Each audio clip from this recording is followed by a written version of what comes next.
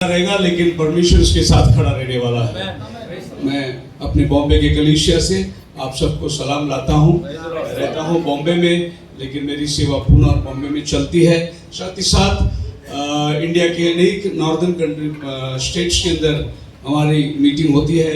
हमेशा मतलब मेरा आना जाना चालू रहता है और काफ़ी बड़ी इन दिनों के अंदर बड़ी मीटिंगें हैं। मैं अभी यहाँ से जाऊँगा सितंबर को 3 तारीख को मैं इंदौर जा रहा हूँ। इंदौर में एमपी के इलाके के अंदर प्रभु ने बहुत बड़ा काम किया है। अभी हाल फिलहाल मैं वहाँ था। एक पूरी चर्च को उनके पास्टर के साथ प्रभु यीशु के नाम पे बपतिस्मा दिया मैंने। 70 लोग थे वो लोग, 70 मेंबर्स के साथ पास्टर, सबसे पहला पास्टर उतरा पानी में बपतिस्मा लेने के लिए। 70 लोगों को बपतिस्मा दिया। उस एमपी इलाके के अंदर जबुआ डिस्ट्रिक्ट में बहुत प्रभु का काम हो रहा है। सब आदिवासी इलाका है। उसके बाद मैं अक्टूबर महीने में 20 तारीख से 24 तारीख तक मैं नैनीताल में हूँ, हिमाचल में। वहाँ पर एक कन्वेंशन के लिए मुझे बुलाया गया है।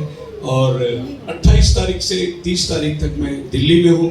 और फिर नवंबर 1 तारीख से 5 तारीख तक मैं पंजाब में हूँ। और फिर उसके बाद पंजाब की मीटिंग स्टार्ट होती है। जब नवंबर में पंजाब में स्टार्ट होती है मीटिंग, तो पूरे 30 नवंबर तक पूरा मंथ जो है कन्वेंशन चलता है।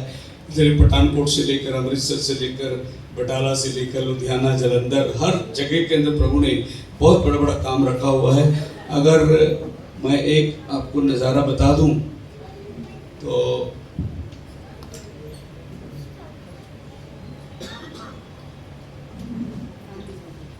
जस्ट मैं कनेक्ट कर लेता हूं प्रोजेक्टर को। प्रभु की कृपा है। अब हम अपनी दुआओं में हमें याद रखना, और अगर प्रभु के आने में देर हो तो हम फिर मिलेंगे। अगर मिलने के पहले प्रभु आ जाए तो वहां मिलेंगे। हालेलुया। ये तो निश्चित है, प्रभु का आना बहुत निकट है। समय के अनुसार सब कुछ जो भविष्यवाणियां हैं वो पूरी होती चली जा रही है। ये आखिरी समय है। प्रभु एक बेधारी को भेज रहा है, और बेदारे में जो प्रभु अपने चुने हुए लोग हैं उनको प्रभु बाहर बुला रहा है। आमीन। और ये आखिरी कॉल है। अब और टाइम नहीं है। अभी देश के अंदर आप मत सोचिए कि दिनकरन जैसे, बेनिन जैसे, मोहन सिंह लारस जैसे बड़े बड़े बेदारे आने वाले, अभी मत सोचिए, वो टाइम खत्म हो गया। अभी आपको मीटिंग को परमिशन भी नहीं देने वाले हैं। फॉरेन लोग ऑलमोस्ट आना बंद हो गया है। फंड्स ऑलरेडी बंद हो चुकी है। मिशनरी लोग अभी काम नहीं कर सकते। ये कठिन समय आ रहा है, और अभी इसके आगे जो है और भी दबाव बढ़ता जाएगा और भयानक तरीके से बढ़ता जाएगा।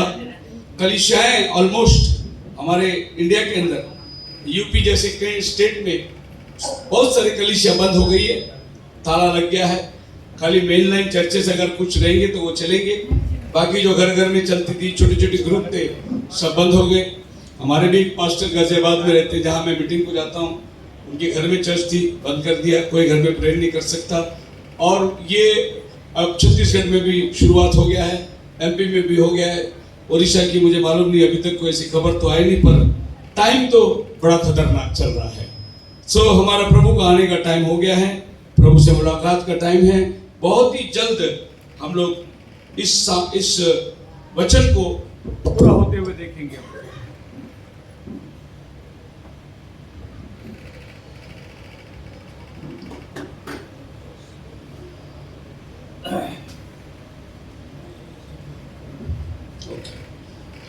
ये मेरे पंजाब की मीटिंग चलती है। बहुत बड़े बड़े टेंट लगाते हैं पंजाब में, और कम से कम 1 महीने जो मैं अगर पंजाब गया तो मीटिंग छोड़ते नहीं वो लोग, हर जगह के अंदर। और एक टेंट में 3000 5000 लोग आसपास बैठे रहते हैं। बहुत वचन के प्यासे हैं। अमृतसर इस इलाके के अंदर जाओगे तो ऐसा मैदान पुरता नहीं है, लोग बैठे, लोग छत के ऊपर बैठ के सुनते हैं। इतना पब्लिक, लोग जानते हैं कि ये संदेश आखिरी बुलावा लोगों को दे रहा है। ये एक भटकी जाती है पंजाब में, बटाला के पास में, और इनको रहने को घर नहीं है। ये ऐसी रोड पे तंबू बांध के घूमते रहते हैं। लेकिन ये जब मेरी मीटिंग लगाएंगे तो कम से कम 3000 4000 पूरे पंजाब से लोग एक जगह इकट्ठे हो जाते हैं। और इन जातियों में 500 लोगों ने बपतिस्मा लिया है प्रभु यीशु मसीह के नाम से। जो भटकी जाती है, घर नहीं है उनको, कोई ठिकाना नहीं है। और ये लोग आएंगे मीटिंग में, खेतों में रहते हैं और पर ये मीटिंग बहुत बड़ी बड़ी लगाते हैं लोग। तो मैं प्रभु का धन्यवाद देता हूँ कि प्रभु की सेवकाई के अंदर हमें एक छोटा सा अंश मिला कि वो कहे कि भाई अच्छा सेवक तूने मेरा काम को पूरा किया है।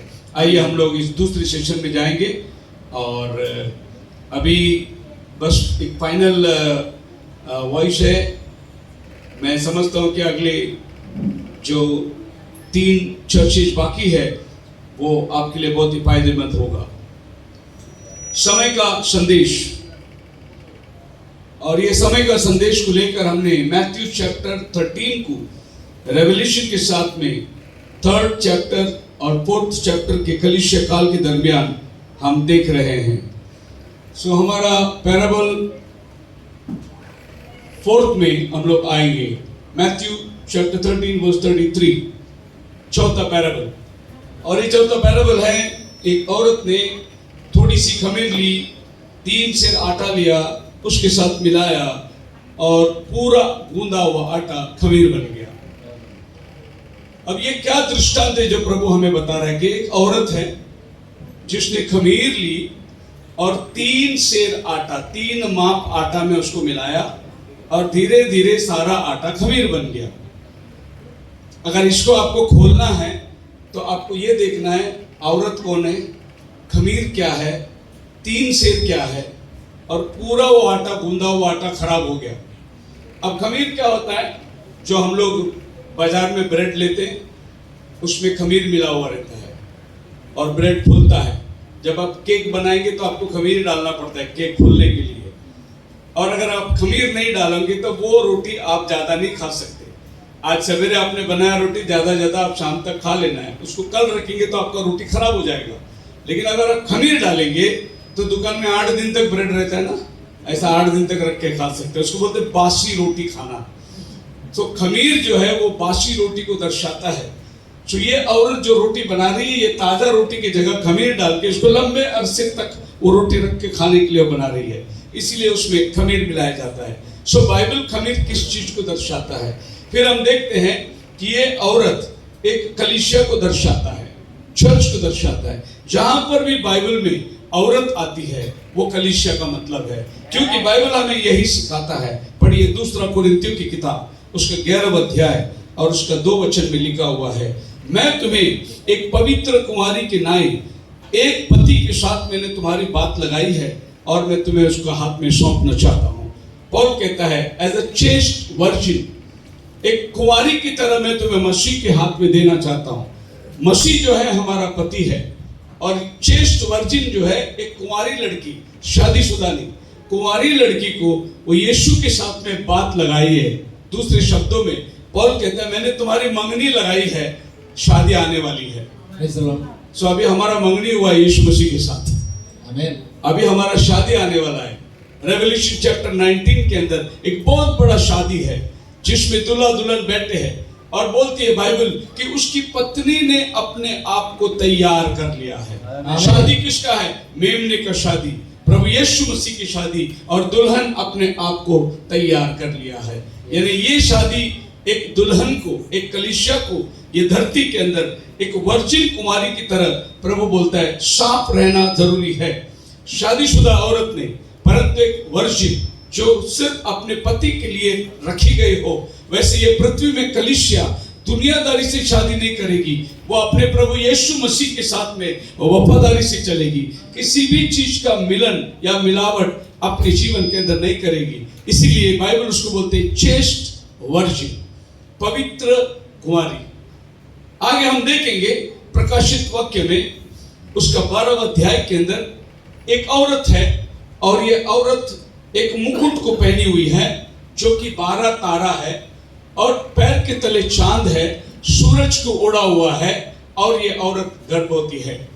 अब जब बाइबल इस औरत को दर्शाता है, और एक अजगर सांप इस औरत के बच्चे को खाने के लिए खड़ा है जो ये जन्म देने वाली है, ये यहूदी कलीसिया है, जीविश कलीसिया। क्योंकि ये 12 तारा जो है, 12 मुकुट, 12 गोत्र, जो याकूब के 12 बच्चे, जो बाद में इस्राएल बनता है, तो ये इस्राएल कलीसिया को दर्शाता है। ये गर्भवती है, यानी अभी इन दिनों के अंदर जो 1,44,000 रेवल्यूशन चैप्टर 19 के अंदर सीलिंग होने वाला है, वो अभी ये धरती पे आने वाले हैं। इससे 2000 साल पहले प्रभु ने यहूदियों का दरवाजा बंद कर दिया था। अभी जो यहूदी लोग उद्धार पाएंगे सिर्फ 1,44,000 उद्धार पाएंगे, क्योंकि 12 गोत्र में से 12,000 ये पहले से ही चुने हुए हैं, क्योंकि इनकी गिनती दी गई है। और रेवल्यूशन 7 में इनके माथे पर मोहर दिया जा रहा है ताकि आने वाला एंटी क्राइस्ट रूल से इनकी रक्षा हो। फिर हम देखते हैं कि इस औरत को उड़ने के लिए 2 पंख दिया गया है और ये 2 पंख से उड़ के जाती है। 1260 दिन तक ये औरत को एक जगह मिलती है जहां ये छिप के बैठती है। इसको खाना पीना सब इसको दिया जाता है। ये वो होगा जो 1,44,000 अभी जो इजराइल में चुने हुए होंगे। एंटी क्राइस्ट जब उनको मारने को जाएगा, खुदावन उनकी रक्षा करेगा और ये लोग 1260 दिन तक कहीं एक जगह हिफाजत होंगे। ये 1260 दिन रेवल्यूशन चैप्टर 11 के अंदर 42 months and 1260 days 42 यानी एग्जैक्टली 7 years का एक ट्रिब्यूलेशन पीरियड है। और ये 7 years खाली अभी बचा हुआ है। जिस दिन चर्च जाएगा वो 7 years स्टार्ट होगा। Praise the Lord.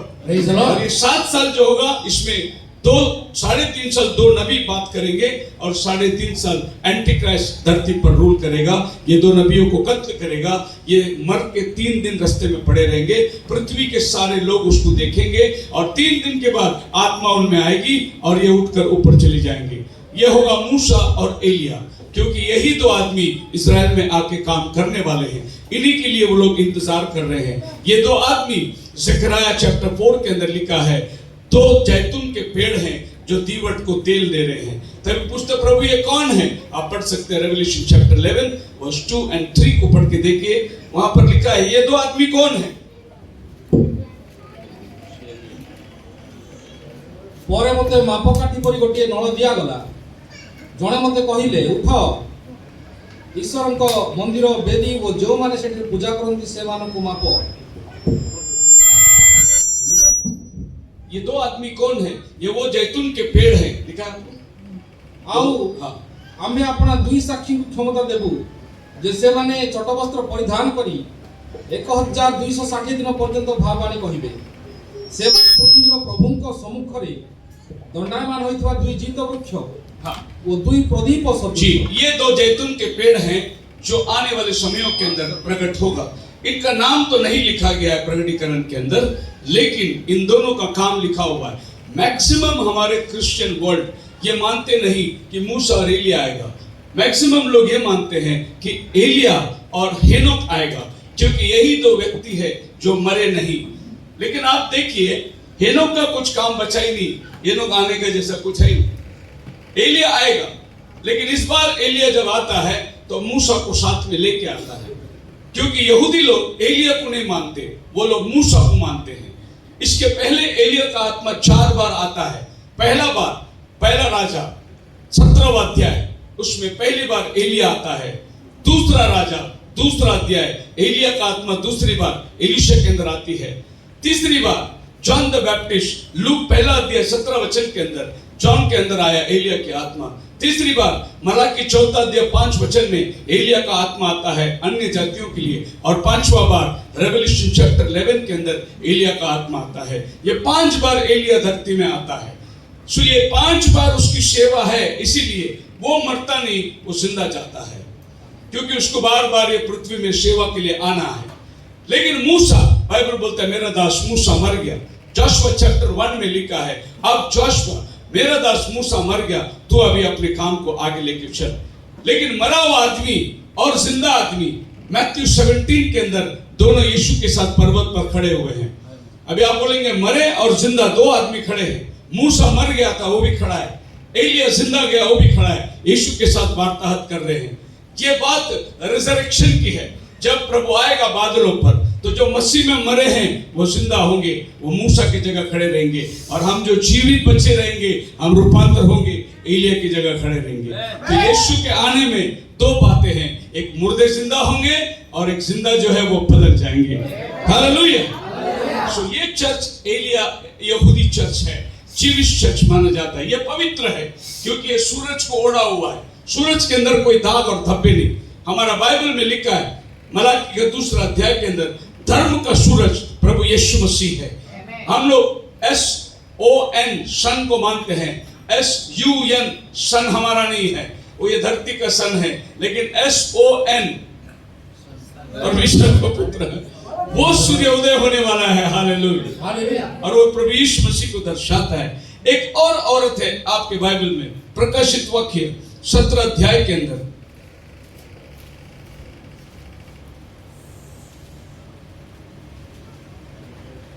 और ये औरत देखिए, इसका विभूषण अलग है, और ये औरत एक जानवर के ऊपर बैठी है।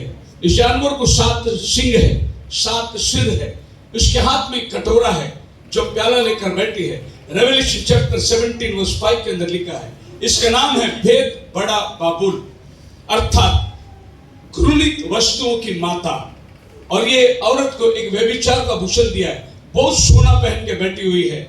जितने पवित्र लोगों को ये धरती में कत्ल किया वो ये औरत ने किया, यानी एक चर्च ने किया।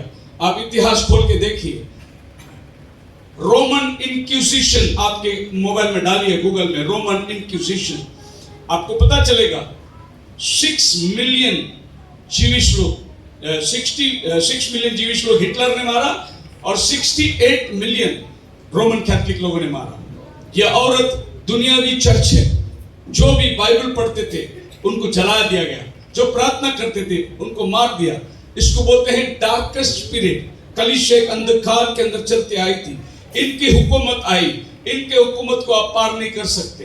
एक पावरफुल चर्च के रूप में ये धरती के ऊपर लोग राज करते थे। आप अपने घर पे जाकर, अभी तो गूगल में सब अवेलेबल है, पूरी हिस्ट्री, खाली आप डाल दीजिए रोमन इंक्विजिशन, आपको पूरा पिक्चर आएगा कि पाप की क्षमा के लिए आपको पैसे देने पड़ते थे। जब आप पैसे भरेंगे टैक्स, तभी आपका पाप का क्षमा होगा, वरना पाप का क्षमा ये धरती पर यीशु मसीह के अलावा कोई नहीं देता। लेकिन ये लोग बोले हम दे सकते हैं। पाप का क्षमा जो है, एक इंसान के विरुद्ध में पाप किया तो इंसान को माफ कर सकता है, लेकिन इंसान जब खुदा के विरुद्ध पाप कर सकता है तो इंसान कैसे माफ करेगा?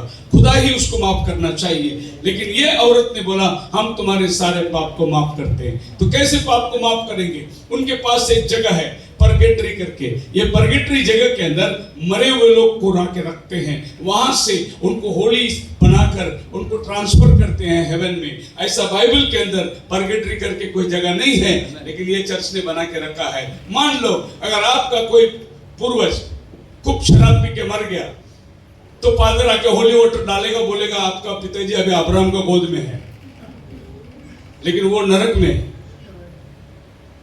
लेकिन बोल नहीं सकते क्योंकि घर वाले नाराज हो जाएंगे।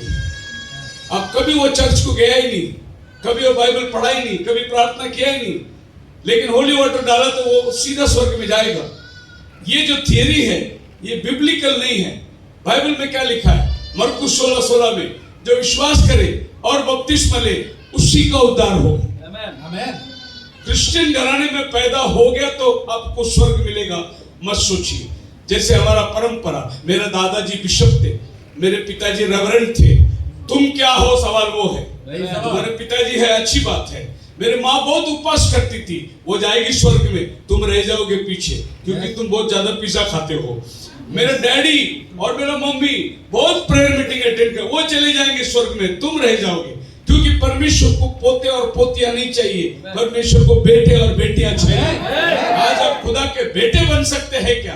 तुम्हारे दादा परदादों ने क्या किया वो तुम्हारे ऊपर नहीं रहेगा, तुम्हारा पाप का हिसाब तुमको खुद ही देना पड़ेगा। हालेलुया। एक बार एक लड़का डैडी पास्टर के पास आया, बोला अभी अभी मेरा डैडी गया, और आप जानते हैं पादरी साहब वो चर्च को कभी आता नहीं था, लेकिन मेरे को उसको स्वर्ग में भेजने का है, उसके लिए पैसा खर्चा हो गया, मैं खर्चा करने को तैयार है। पादरी साहब बोला एक मीटिंग लगाना पड़ेगा, 500 रुपए डोनेशन देना पड़ेगा और फिर सबको खाना खिलाना पड़ेगा, हम तुम्हारे पिताजी को स्वर्ग में भेज देंगे। और मीटिंग लग गया, पहला मीटिंग हो गया, 500 रुपए बेचारा उसने फादर को भी दिया और सबको खाना भी खिलाया। और उसके बाद में वो नेक्स्ट संडे चर्च को गया, पादरी साहब से बोला मेरे पिताजी गया क्या स्वर्ग में? पादरी साहब ने बोला थोड़ा आगे भेजा है। फिर क्या करना पड़ेगा? बोले एक और मीटिंग लगाना पड़ेगा और एक 500 रुपए दे दो डोनेशन, और फिर आप खाना खिलाओ सबको, एक प्रेयर मीटिंग रखो, हो जाएगा। सेकेंड टाइम बेचारा इधर उधर से कर्जा लेके उसने एक मीटिंग रखा, 500 रुपए दिया, और वो सेकंड संडे चर्च में गया, मेरे पिताजी गए क्या? पादरी साहब ने बोला थोड़ा बाकी है, क्योंकि पैसा निकालने के लिए और भी बोलना पड़ेगा। एक और मीटिंग रह गया तो 500 रुपये मिलेगा। आप मेरे साथ है ना? यस। आप किधर भी कन्वेंशन में जाओ, मेरा प्रभु तुम्हारा सब काम करेगा, तुम्हारा बैंक लोन करेगा, तुम्हारा काम नौकरी तुम्हारा धंधा सब मेरा प्रभु, खाली तुम इधर आप में डालो पैसा। खाली ये मेरा प्रभु नहीं देगा। हॉल का खर्चा बहुत हो गया, कुर्सी का खर्चा बहुत हो गया, खाने का खर्चा बहुत हो गया, तुम्हारा सब काम मेरा प्रभु करेगा, मेरा काम तुम करो। तो एक और मीटिंग रखना है। लड़का ने बड़ी मुश्किल से पूछ लिया फादर साहब को, कितना दूर रहेगा मेरा पिताजी, कितना दूर? तो पादरी साहब ने गलती से बोला ज्यादा नहीं बेटा, 4 फुट होगा। लड़का ने बोला अभी मीटिंग लगाने की जरूरत नहीं, मेरे पिताजी जंप करके चले जाएंगे। इतना दूर भेज दिया, बहुत मेहरबानी हो गई। ये एक डॉक्ट्रिन बन के ये पृथ्वी में चल रहा है, किसी को स्वर्ग में भेजने का निकालने का एक ठेका बन चुका है। ये औरत करती है क्योंकि इसने सब पवित्र लोगों का लहू को पिया है, ये पवित्र लोगों के खून से मतवाला है। ये भेद बड़ा बाबुल है, मिस्ट्री बेबीलोन। ये कहां से आती है?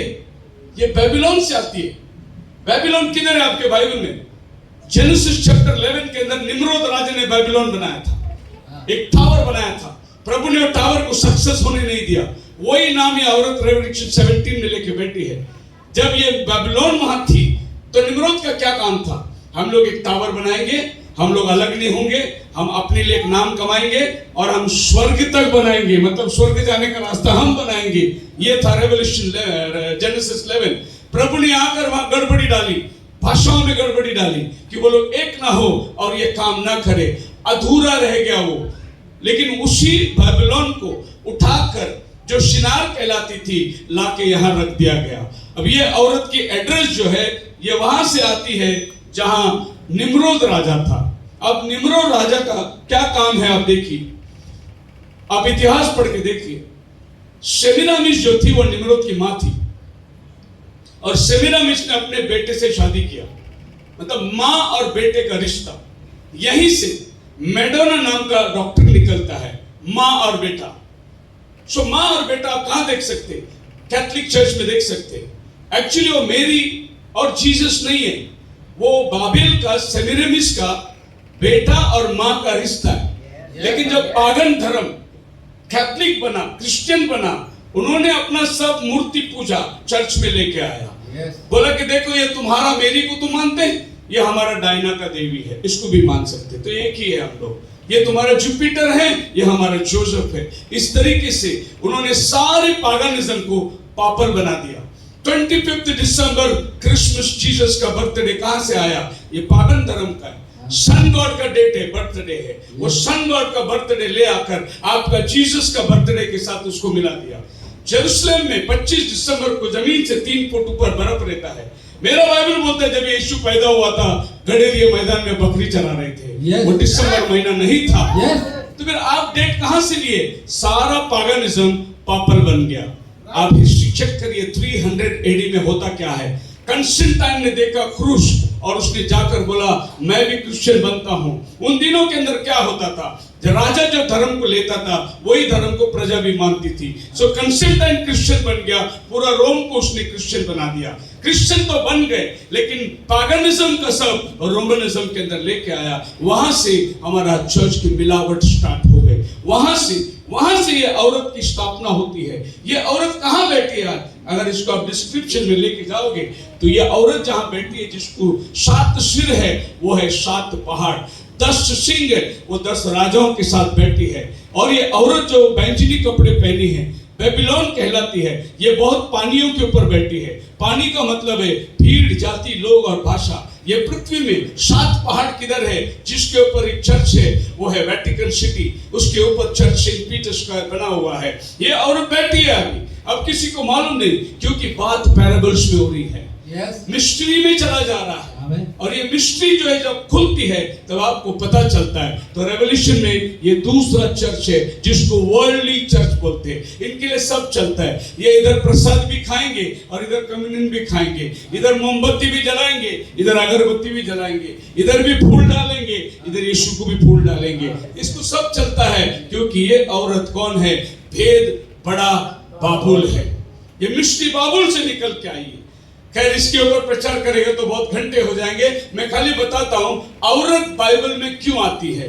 एक और औरत आपको मिलेगा बाइबल में, रेवलेशन चैप्टर 19 के अंदर, और इसके बारे में बाइबल बोलता है वो वचन से सजी हुई है, अपने दुल्हन की शादी के मिलने के लिए चली जा रही है।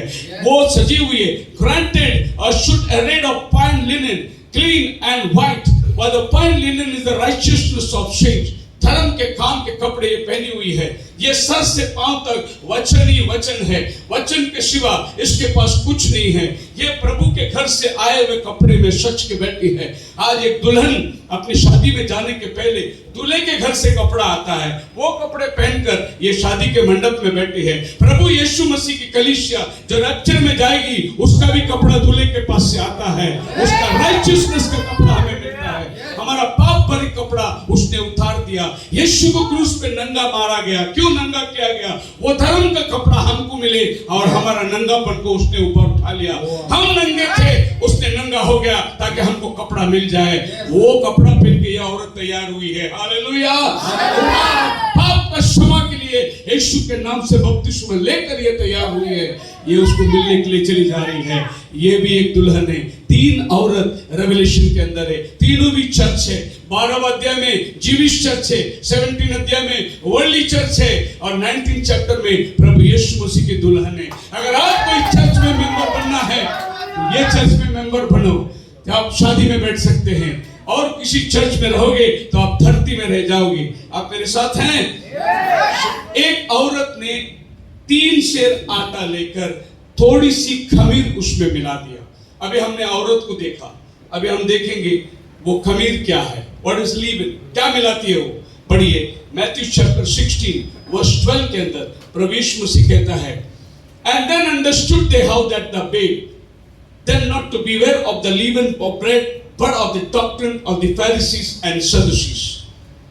प्रभु यीशु मसीह ने उनको बोला तुम्हारे पास कुछ रोटी है? तो वो बोले अरे पिछली बार हम रोटी लाने भूल गया था, वो लड़का ने 5 रोटी दिया, इसलिए प्रभु हमें याद दिला रहा है तुम्हारे पास रोटी है क्या? प्रभु ने बोला मैं वो रोटी की बात नहीं करता हूँ, सदुसी और फरीसी के डॉक्ट्रिन से बात करता हूँ। से जे रोटी रो खमीर खानु सावधान होई रहियो भाई न कही फारूसियो साथी मान को शिक्षा रो सावधान होई रहियो पाई जी से मानो को कहिथिले। डॉक्ट्रिन, लीवन का मतलब क्या है? डॉक्ट्रिन। खमीर जो है leaven of bread, that is doctrine of Pharisee and Sadducee. तो ये औरत जो खमीर आटा में मिला रही है, डॉक्ट्रिन मिला रही है। क्या मिला रही है? डॉक्ट्रिन, स्पिरिचुअल भाषा, यस, हेवनली लैंग्वेज है। वो औरत थोड़ा सा खमीर इस आटे में मिला रही है, 3 सेर आटा, यानी वो डॉक्ट्रिन को उस आटे में मिला रही है। आप सबको मालूम है आटा क्या है? यीशु मसीह कहते हैं जीवन की रोटी मैं हूं, जो कोई मुझे खाएगा वो कभी मरेगा नहीं। आसमान से उतरा हुआ रोटी है, लेकिन इस रोटी के अंदर ये औरत क्या मिला रही है? खमीर मिला रही है, यानी सही डॉक्ट्रिन में फॉल्स डॉक्ट्रिन को मिला रही है। और ये धीरे धीरे अब जो ये मिलता है तो क्या होता है? रोटी फूलता है। वो बेकिंग रोटी, केक भी फूलता है, खमीर मिला तो। फूलने का मतलब है ये बड़ा होता है। यस, अपनी ओरिजिनल शेप को छोड़ो। हम बड़ा, हमारा चर्च बड़ा, हम ऐसे है, हमारा हॉस्पिटल है, हमारा एम्बुलेंस है, हमारा स्कूल है, ये फूलने वाला खमीर है। यस, प्रभु यीशु मसीह के दुल्हन के पास कुछ नहीं था। प्रभु पूछते हैं तुम्हारे पास कुछ है? वो बोलते प्रभु कहां से लाएंगे? कितना दिन हो गया हम लोग मच्छी पकड़ना छोड़ के आपके पीछे घूम रहे प्रभु, हम लोग धंधे में गए नहीं, हमारे पास कुछ नहीं है प्रभु। प्रभु ने बोला तुम्हारे को पूछो किसी के पास कुछ है क्या? एक लड़का ने 5 रोटी 2 मछली लिया, उतना काफी है प्रभु के लिए। हालेलुया। परमेश्वर ने जो कुछ आपके साथ किया है वो आप ही से लेके किया है। आमेन। दुनिया बनाने वाला जब ये धरती में आया तो कंगाल होकर एक गाय के गोठे में आया, सर रखने के लिए जगह नहीं थी। जब उसको प्रचार करना था, पीटर को बोला तेरा वोट देगा? तो पीटर ने उसको वोट दिया प्रचार करने के लिए। yes. उसका अपना कुछ भी नहीं था। और वो जो क्रूस उठा के ले गया वो उसका नहीं था, वो आपका और मेरा पाप का क्रूस था। yes. वो सूली पर जो लटका वो जगह में आप और मैं लटकना चाहिए, यीशु लटक गया, उसका अपना कुछ भी नहीं था। और आपको मालूम है उतार कर उसे जो कब्र पे रखे गए वो कब्र भी उसका नहीं था, अरिमथाई ने दिया था भाड़े के लिए। यस वो बोले मेरा कब्र खोद के रखा है 3 दिन इस पे रखो। अरिमथाई पिलातुस को जाके बोला वो बॉडी दे दे, मेरे गृह में रखेगा। आप देखिए दुनिया में यीशु आया, अपना कुछ नहीं था उसके पास, वो आपके और मेरे लिए कंगाल बन के आया ताकि हम धनवान हो जाए। Yes amen. Praise the Lord, hallelujah. तो ये रोटी जो दाखरस मिलाता है ये फूलती है। अभी 3 मेजर क्या है? 3 सेर आटा।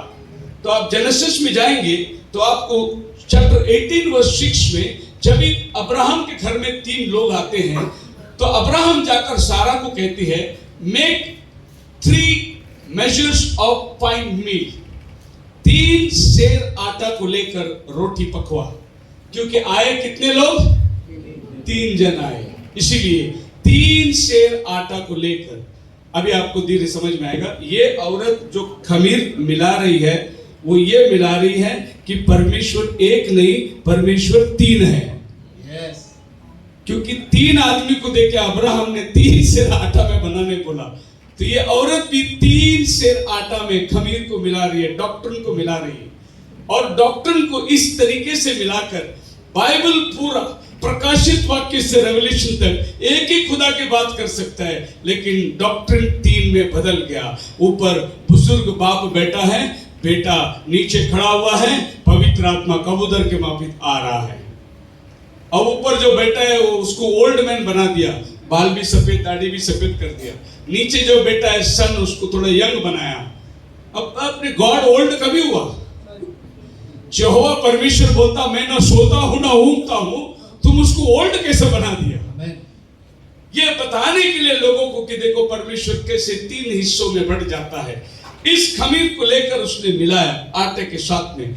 अभी बहुत सारे लोग जो है इस 3 को ये मानते हैं पिता, पुत्र और पवित्र आत्मा अब्राहम के पास आया था, ऐसा बोलते हैं। पिछले दिनों में महाराष्ट्र में नासिक करके एक जगह मेरी मीटिंग थी और वहां पर एक डिबेट था। और डिबेट करने के लिए बाइबल कॉलेज के 4 प्रोफेसर लोग आए थे। आमने सामने टेबल रखे थे, 20-20 मिनट बात करने का, बेल लगाए थे, कैमरा लगा हुआ था। और वो एक प्रोफेसर ने बड़ा बाइबल खोला, बाइबल बोला तो ये टेबल का इतना बड़ा बाइबल रहेगा, ऐसा बाइबल खोला और उसने बोला देखो यहाँ पर जेनेसिस में 3 आया है, पिता, पुत्र, पवित्र आत्मा। मैं बोला ठीक है, ये आप 18 में पढ़ रहे हैं, 19:1 पढ़ो। 19:1 में लिखा है 2 एंजल सदोम को गए। 2 एंजल सदोम को गए, एक प्रभु अब्राहम के साथ खड़ा था। जब उसने 19 पढ़ा तो बाइबल बंद करके बोला मेरे को डिबेट नहीं करने का। अभी तो आप बोला 3 थे करके, तो 19 पढ़ा ही नहीं उसने। अब ये 19 का और 18 के बीच में आपको क्या मिस्ट्री है मैं बताता हूँ। पढ़िए जेनेसिस चैप्टर 19 वर्स 1 and 2 पढ़िए। एथि उतारे संध्या बेले से 2 स्वर्गदूत सदोम रे उपस्थित हेले।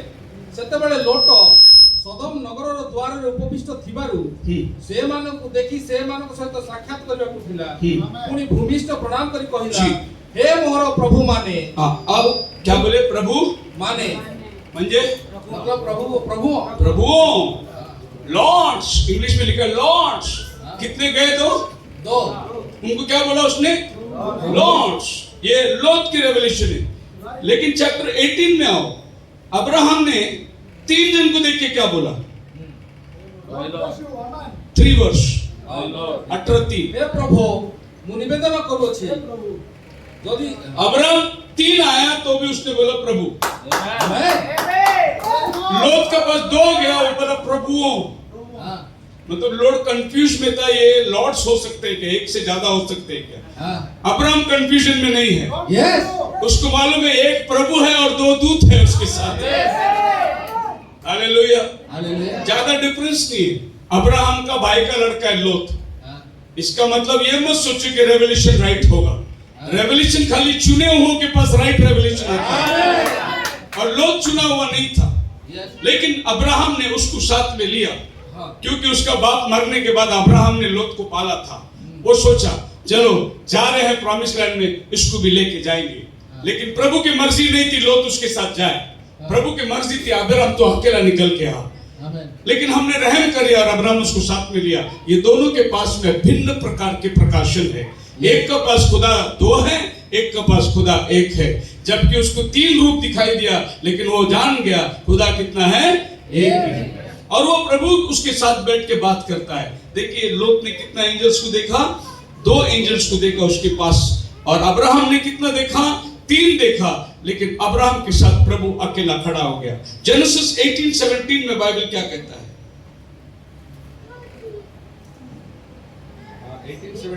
17 और सदाप्रभु कहिले जी आमे जहा करबा उद्यतटु ताकि अब्राहम ठारू लुचाइबा। ओ अभी अब्राहम के साथ में प्रभु खड़ा है। 2 दूत चला गए सोदोम के अंदर। अब अब्राहम के साथ जो खड़ा है वो एक्चुअल लॉर्ड है, और जो गए वो एंजल है। Praise the Lord, hallelujah. अभी प्रभु बोलता है, and the Lord said, shall I hide from Abraham that things which I do? क्या मैं अब्राहम से छुपाऊं जो मैं अभी करने जा रहा हूं? ये 2 दूत लोग सदोम में क्यों गए? ये अब्राहम रिक्वेस्ट कर रहा है, प्रभु अगर सदोम को आप जलाने जाओगे तो वहां पर मेरा भतीजा है। अभी वो जाके एटलीस्ट 50 लोगों को तो कांग्रेगेशन बना के चर्च चलाता होगा उधर। इसके लिए वो बोला, प्रभु 50 लोग रहेंगे तो? प्रभु बोला, मैं सदोम को बचाऊंगा। फिर बोला 40, तो भी मैं बचाऊंगा। फिर बोला 30, बोला मैं बचाऊंगा। फिर वो 10 में आया, बोला प्रभु 10 लोग। लोत उधर जाके कुछ नहीं किया, उल्टा वो उनके साथ में मिलकर उनका न्याय बन गया। लेकिन अब्राहम क्या सोचता है, लोत जाकर उधर 50 लोग का तो कम से कम चर्च चलाता होगा, इसके लिए 50 से शुरू किया।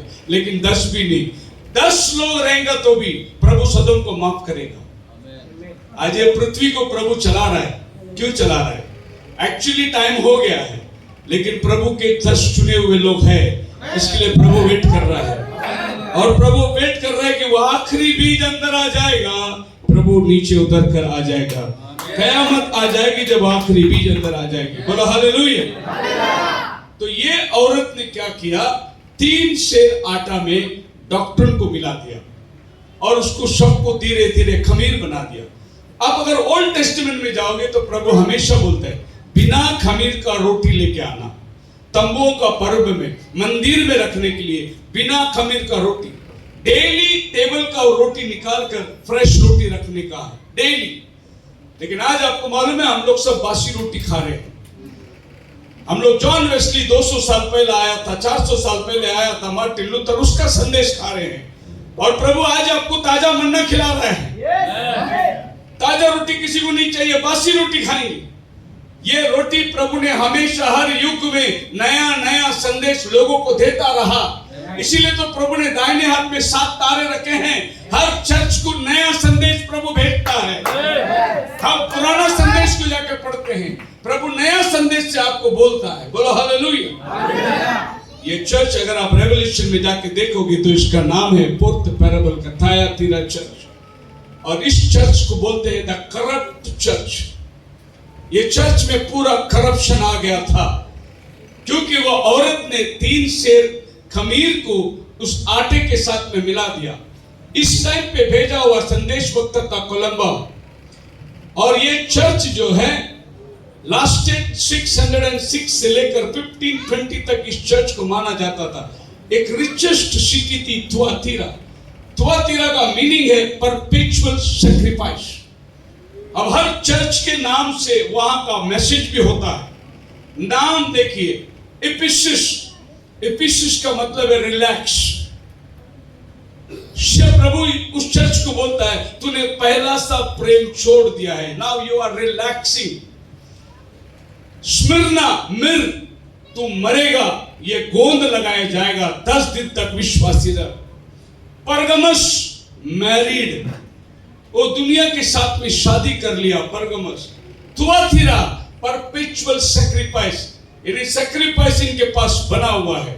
अब इस चर्च को प्रभु मैसेज क्या देता है? रेवलेशन चैप्टर 2 वर्स 20 में जाइए, देखिए परपेचुअल सैक्रिफाइस प्रभु कैसे बताता है उसको। Notwithstanding, I have a few things against thee, because thou sufferest that woman Jezebel। औरत आ गया चर्च में, थयातीरा चर्च को कौन रूल करता है? औरत रूल करता है। और मैंने आपको बताया आटा कौन मिला रहा है? आया थयातीरा चर्च। अब प्रभु क्या शिकायत कर रहा है? Which calleth her prophetess and teach that to seduce my servants to commit fornication and eat the things sacrificed to idol. ये औरत जेज़ेबेल, अभी आप अंदाज लगाइए, यीशु मसीह 100 AD में चर्च को मैसेज देने के टाइम जेज़ेबेल का नाम बोलता है। सो यीशु मसीह से 1000 साल पहले जब जेज़ेबेल ये धरती में थी, प्रभु उसको रिमाइंड कराता है। अगर आप लूक चैप्टर 17 में जाओगे, वर्स 31 के अंदर लिखा है, रिमेंबर लॉर्ड्स वाइफ। प्रभु यीशु मसीह लोत की पत्नी को याद दिलाता है। उसी तरीके से अभी प्रभु चर्च को जेज़ेबेल का नाम लेता है, तो उस स्त्री जेज़ेबेल को रहने देता, क्योंकि वो स्त्री ने मेरे संतों को मूर्ति पूजा सिखाई, idol worship. Praise the Lord. अभी आप बताइए चर्च में आइडल कहां से आए? 2 कोरिन्थियंस चैप्टर 6 वर्स 14 में लिखा है चर्च का और आइडल का कोई संबंध नहीं है। फिर चर्च में आइडल कहां से आई? यह औरत ने लाया। इसने चर्च के अंदर सब आइडल्स को, सेंट लोगों को, मीडिएटर को लेकर आकर रख दिया। अभी हमारा क्रिश्चियनिटी के अंदर एक ऐसा बिलीफ है, अगर एक फादर के पास जाके लड़की बोलेगी मेरे को शादी करना है, एक अच्छा लड़के के लिए प्रेयर करो, फादर बोलेगा सेंट फ्रांसिस के पास जाके प्रेयर करो। आपको हीलिंग चाहिए तो आपको दूसरा सेंट के पास भेजेंगे। आपको जो भी डिमांड है वो उसके लिए अलग अलग सेंट है। ये मीडिएटर लोग कहां से आ गए? फर्स्ट तिमुथियुस चैप्टर 2 वर्स 5 में लिखा है एक ही मीडिएटर है, वो प्रभु यीशु मसीह है, मनुष्य और परमेश्वर के बीच में। लेकिन आज चर्चेस में इतने मीडिएटर कहां से आ गए? जो भी मर गया उसको कैनोनाइज करके सेंट बना के मीडिएटर बना दिया। अभी लेटेस्ट सेंट बन गया है मदर टेरेसा, जो इंडिया से गई है। इंडिया का नाम गया है, मदर टेरेसा के नाम पे मिरेकल हुआ, इसके लिए मदर टेरेसा का अभी सेंट बना दिया। अभी आप मदर टेरेसा से प्रार्थना करो, वो जीसस से प्रार्थना, मेरी से प्रार्थना करेगी, मेरी जीसस से प्रार्थना करेगी, जीसस जवाब मेरी को देगा, मेरी मदर टेरेसा को देगा, मदर टेरेसा आपको देगा। लेकिन बाइबल ऐसा नहीं बोलता। जॉन चैप्टर 14 वर्स 14 में यीशु बोलता है जो कोई मेरे नाम से मुझसे मांगेगा मैं उसे दूंगा। आप ये वया वया कहां से जा रहे हो? ये मीडिएटर को कौन लाया चर्च में? इस औरत ने लेकर आई, जेज़ेबेल, द वुमन जेज़ेबेल। अब जेज़ेबेल को देखने जाएगा तो मैं आपको बताना, ओल्ड टेस्टमेंट का चर्च को बिगाड़ने वाली यही औरत थी। अब बाइबल कहती है फर्स्ट कोरिन्थियंस चैप्टर 2 कोरिन्थियंस 6:14 के अंदर अविश्वासी विश्वासी का संबंध नहीं। लेकिन अहाब राजा ने क्या किया? इतबाल की बेटी से बाल देवता को नमन करने वाले एक लड़की को लिया ताकि उसके साथ में शांति बनाए रखे। सुलेमान को कितना औरत था? 1000। कितना? ये 1000 औरत क्यों बनाया उसने? वो सोचा कि ये राज्य से लड़की लेगा, अपना दामाद बन जाएगा तो झगड़ा नहीं होगा, इधर से भी लड़की लेंगे, इसको भी दामाद बना देंगे, इधर भी झगड़ा नहीं होगा, तो अपन सब पृथ्वी में शांति रखने के लिए करते करते करते 1000 शादी कर लिया उसने। तो ये चर्च भी यही सोचा कि हम लोग वहां से लड़की लेंगे, जबकि बाइबल बोलता है विश्वासी अविश्वासी का संबंध नहीं। अगर एक विश्वासी लड़का है, शादी करना है और तुम पवित्र आत्मा से भरे, तो एक पवित्र आत्मा से भरी हुई लड़की को देखो, वो तुम्हारी लाइफ को मैच करेगी। वरना फिर एक गाड़ी पंचर चलेगा, वो लाइफ बरोबर नहीं चलेगा। जिधर एक विश्वासी है, जिधर एक अविश्वासी है, तुम्हारा विश्व लाइफ बना रहने के लिए दोनों भी विश्वासी होना बहुत जरूरी है, क्योंकि अंधकार उजाले के साथ नहीं चलती। लेकिन अहाब राजा ने क्या किया? जेज़ेबेल को शादी करके लाया। जेज़ेबेल शादी में आई तो आई, लेकिन अपने साथ 400 बाल देवता प्रॉफिट को लेके आई, और उनके लिए उसने स्कूल बनाया इजराइल में। और एक ऐसा टाइम था इजराइल के अंदर जब ये अहाब राजा एलिया को पुकारता है, कहां है एलिया? जेज़ेबेल सब संतों को मार दिया। अभी उसने चैलेंज किया अहाब को, मैं तुझे मार दूंगा, तेरा गर्दन नहीं रहेगा। एलिया भाग के जाके पहाड़ में छुप के बैठा है। प्रभु बोलते एलिया क्या कर रहा है इधर? बोले प्रभु वो सबको मार दिया, अभी मेरे को मारने के लिए भाग रही है। एक औरत के डर से खुदा का बंदा डर के पहाड़ पे जाके बैठा है। कौन खुदा का बंदा? जिसने 3.5 साल आकाश बंद किया, जिसने चमत्कार किया, जिसने बारिश को बुलाया, वो एक औरत से डर के जाके बैठा है। प्रभु बोलते जा, मैंने 7,000 लोगों को रखा है जो बाल देवता को नमन नहीं किया। आपको मालूम है, एलिया को मालूम नहीं, लेकिन प्रभु को मालूम है उसके उपासना करने वाले कितने हैं। अभी भी 7,000 लोग हैं। आज भी प्रभु गिन के रखा है आपको कि रैप्चर में जाने वाले कितने लोग हैं। प्रभु को सब दृश्य मालूम है। सो अहाब राजा अहाब रानी से शादी मिलाकर बाइबल उसके बारे में क्या कहती है, देखिए, पढ़िए 2 किंग्स चैप्टर 9 वर्स 30। क्यों प्रभु यीशु मसीह बोलता है जेजेबेल को तो रखा है करके? Chapter 9 chapter 30 verse. एथि उतारे जेहू जिज्रियल रो उपस्थित हुअन्ते इजाबेल ताहा सुनिला, तहु से अपना चक्षुरे अंजन देई अपना मस्तक भूषित करी And Jehu निकट रे बाहर को Naila. come to Caesarea, and Jezebel heard of it, and she painted her face and tied her head and looked out of the window. She painted her face. क्या मीनिंग है? आज की भाषा में क्या बोलेगा उसको? मेकअप, लिपस्टिक, लाली। पहला ब्यूटिशियन बाइबल के अंदर जेजेबेल रानी है। और 20वीं सदी का भविष्यवक्ता कहता है जितनी लड़कियां विश्वासी चर्च में जाके लिपस्टिक लगाती है वो सब जेजेबेल की बेटियां हैं। उसके अंदर जेजेबेल की स्पिरिट आती है। पहला मेकअप स्टूडियो बनाने वाला जेजेबेल औरत है। पूरा एशियन पेंट और जितना भी पेंट है सब चेहरे पे लगाने वाला पहला रानी है। और इसकी शादी किसने किया? इजराइल का राजा ने किया। आज आपको ब्यूटिशियन को नहीं देखना है, ब्यूटी को नहीं देखना है, आपको कैरेक्टर को देखना है। और ये ब्यूटी को देख के चला गया। और अब याद रखना कि एलिया ने इसको देख के क्या बोला? कुत्ते तेरा मांस खाएंगे। क्या बोला? और जेहू ने बोला कौन है मेरे साथ? उसको फेंक दिए नीचे ऊपर से, उसके खून दीवार पे उड़ गई। और इससे पहले कि लोग उसकी बॉडी को उठाने के लिए आए, कुत्ते खा गए थे उसको, खाली उसकी हड्डियां बची हुई थी। एलिया ने जो प्रेडिक्शन किया वैसे के वैसे हुआ। तू खुदा के बंदों को मारा है, कुत्ते तेरे खून चाटेंगे तेरे को। खुदा का बंदे के मुंह से निकला हुआ वचन वैसे के वैसे होता है। पहला ब्यूटिशियन है। लेकिन आज आप जाओगे चर्चों में, स्टेज में खड़े लाली लगा के लिपस्टिक लगा के हालेलुया नाच रही आत्मा में। कैसे हो सकता? कौन सा आत्मा चला रहा है तुमको? मुझे नहीं मालूम। ये पवित्र आत्मा हो सकता है क्योंकि तुम्हारा काम जेजेबेल का। और मैक्सिमम देखिए टीवी इवेंजलिस्ट लोगों को औरत बाल काट के खड़ी है स्टेज में। बड़े बड़े प्रचारक लोग हैं। बाइबल बोलते है स्त्री बाल नहीं काटना चाहिए, उसको मुकुट के लिए दिया गया है। हमने बाल तो काट दिए, रुमाल पहन के चर्च में बैठे। प्रभु बोला ओढ़नी पहनने का, तो रुमाल रख दिए सर पे। लेकिन प्रभु ने जो ओढ़नी दिया, बाल वो काट दिया। प्रभु को भी धोखा देने में हमारे सिस्टर लोग पीछे नहीं हटते। चर्च में जाकर बैठे। सो मुकुट बाल है उसको। बोलो हालेलुया। नेचर इटसेल्फ सिखाता है, नेचर इटसेल्फ सिखाता है। देखिए आदमी लोगों को आप गंजा देखोगे, बाल उड़ जाता है। कभी देखा औरत को बाल उड़ता है? नहीं। कोई औरत को गंजा देखा? नहीं। नेचर उसको सिखाता है बाल तेरे लिए मुकुट के लिए दिया गया।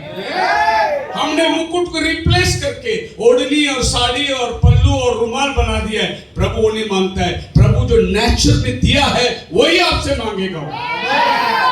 प्रभु आपको बाल दिया है। ये डॉक्ट्रिन कहां से आई? ये जेजेबेल का डॉक्ट्रिन है। देखिए वो बाल गूंथ के look out painted her face, heard the Jehu is coming. और वो नखरे करके देख रही थी। जेहू ने बोला फेंक दो, नीचे मार के फेंक दिया गया। बाइबल कहती है 1 king chapter 21 verse 25, but there was none like unto Ahab, which did sell himself to the work of wickedness. Ahab के जैसा दुष्ट राजा कोई नहीं था जो उसकी औरत की बात सुन के। किसकी बात? इन्हें औरत की बात सुन के राज्य करने वाला को बाइबल बोलता है दुष्ट राजा था। और वाक्य में औरत दुष्ट थी।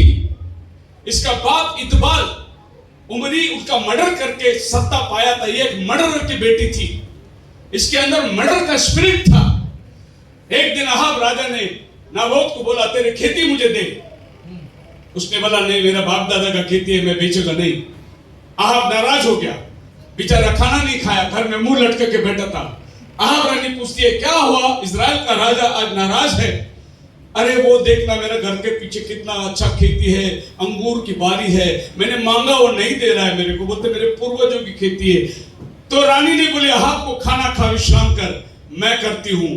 और अहाब जेजेबेल ने 2 विटनेस को तैयार किया और 2 विटनेस को ये बोला कि हमने ये आदमी को प्रभु के विरुद्ध में ब्लास्फेमी करते हुए सुना और ब्लास्फेमी का सजा है पत्थर मार करके मार डालो। और 2 विटनेस को झूठा खड़ा किया, लोगों ने उसको पत्थर मार करके मार दिया, वो मर गया। उसका सब पेपर लेकर अपना पति अहाब को दे दिया, बोला ले उसका खेती, मर्डर करवा के खेती निकाल के दे दिया उसको। इस जेजेबेल को बाइबल क्या बोलेगी? और प्रभु क्या बोलता है चर्च को? तू जेजेबेल को रहने देता है। चर्च ने किसको एंट्री दिया अंदर? जेजेबेल आ गई है। जेजेबेल आने के बाद चर्च का रूलिंग उसके हाथ में चला गया। आप मेरे साथ है? हालेलुया। सच्चाई सुनने को कड़वा लेता है, लेकिन सब बीमारी को दूर करेगा। थोड़ा कान को कड़वा लगेगा। जब जॉन चैप्टर रेवल्यूशन 10 में जॉन देखता है तो बोलते जाओ किताब लेके खा, तेरा मुंह में मीठा, पेट में कड़वा लगेगा। सुनने को अच्छा लगेगा, लेकिन ये आपको अमल करने के लिए कड़वा लगेगा। लेकिन कड़वा तुम्हारी सारी बीमारी को दूर करेगा। अगर आज आप इस संदेश को आमीन कहते हो, आपका जीवन एक बदला हुआ जीवन होगा। प्रभु के आगमन के लिए तैयार किया हुआ भेड़ आप बन जाएंगे। Hallelujah, hallelujah. So the 4th church in Revelation chapter 3 is addressed to Thyatira, which means dominating woman. राज्य सत्ता चलाने वाली औरत। मैं जो बोलेगा वही करेगा। हमारे अभी बॉम्बे में बहुत फैशन हो गया, आदमी भी पास्टर, औरत भी पास्टर। अजी बाइबल में लेडी कभी पास्टर बनी नहीं, प्रभु ने बनाया नहीं, लेकिन अभी लेडी भी पास्टर बन के बैठा है, क्योंकि पास्टर को डर है मैं मरने के बाद ये प्रॉपर्टी कौन लेगा। तो औरत को पास्टर बना के खड़ा किया, मेरा बाद औरत पास्टर रूल करेगी वो। लेकिन औरत को पास्टर बनने का अधिकार बाइबल नहीं देता। जो औरत ने पहला प्रचार से पूरी मानव जाति को पाप में गिराया, वो पास्टर का नाम था पास्टर हव्वा। उसका पहला प्रीचिंग क्या था? आदम को बोला फल खाओ, तुम नहीं मरोगे। प्रीचिंग कहां से आया था? शैतान के पास से आया था। आदम ने बोला नहीं, परमेश्वर ने बोला मना किया है, लेकिन औरत मजबूर करने वाली होती है। खाओ ना, तुम मेरे से प्यार नहीं करते हो क्या? अरे उसको मजबूर कर दिया। आदम बेचारा खुदा को छोड़ के औरत का बात सुन लिया उसने, और बगीचा छोड़ के बाहर जाना पड़ा। बगीचा छोड़कर बाहर।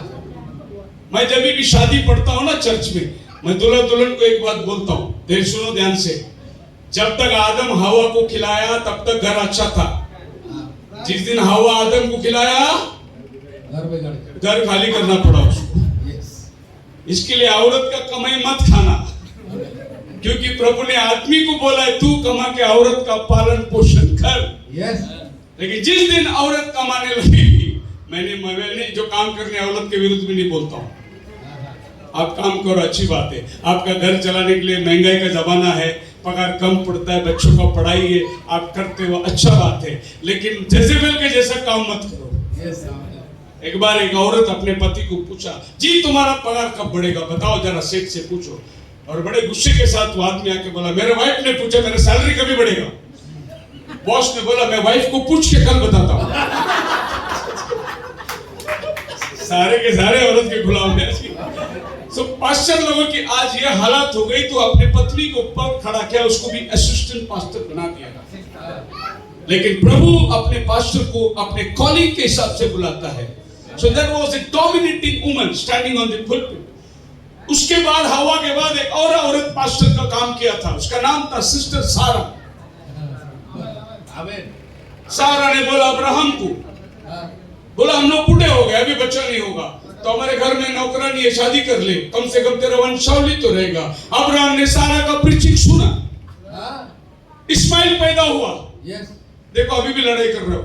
यस यस कितना जमाना हो गया, अभी भी इजराइल और इसक लड़ाई कर रहे हैं। इजराइल को मार रहा है, कौन मार रहा है? इस्माइल के बच्चे मार रहे हैं। यस अगर उस दिन सारा प्रीचिंग नहीं करती थी, आज वो शांति में रहते थे।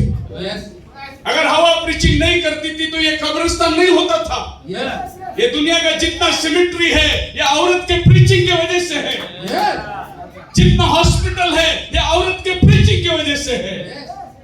एग्री करते हो आप मेरे साथ? जी, क्योंकि परमेश्वर ने हमें मरने के लिए नहीं बनाया था। अगर तू फल खाएगा तो मरेगा, नहीं खाएगा तो नहीं मरेगा। खाने को मजबूर किसने किया? हव्वा ने मजबूर किया। इसलिए आज हव्वा को पुलपिट में जगह नहीं है। पहला तीमुथियुस चैप्टर 2 वर्स 12 में देखो, पौल बोलता है मैं औरत को पुलपिट में खड़ा करने का अधिकार नहीं देता। क्योंकि पौल को मालूम था पहला चर्च कहां डिसीव हुआ। फर्स्ट कोरिंथियंस चैप्टर 14 वर्स 31 में पौल कहता है कि स्त्री को जो भी सीखना अपने पति के पास घर में सीखे, चर्च में बोलने का अधिकार नहीं है। ये ट्रूथ है दोस्तों, क्योंकि ये चर्च जो था थीरा जेजेबेल को जगह दिया और प्रभु ने इस चर्च को खंडन किया। बोला तेरे अंदर मूर्ति पूजा आया है, तूने सच्चाई को छोड़ दिया है। इस तरीके से जो औरत खमीर में आटा मिलाया, आप पीछे मुड़ के देखिए 300 एडी में निसियन काउंसिल की बैठक में जब पूरे 81 बिशप्स लोग उधर आए थे, उन्होंने पिता पुत्र पवित्र आत्मा का डॉक्ट्रिन शुरू किया। परमेश्वर एक नहीं है, 3 है करके वहां पर तय हुआ। और ये निश्चिंत फादर्स लोग अभी जो फैसला करेंगे वो पूरा चर्च पृथ्वी का मानेगा। यहीं से ये ट्रिनिटी शिक्षण स्टार्ट हुआ है।